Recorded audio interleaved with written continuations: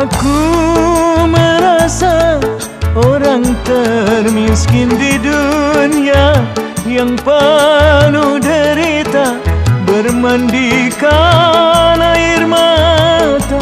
Itulah diri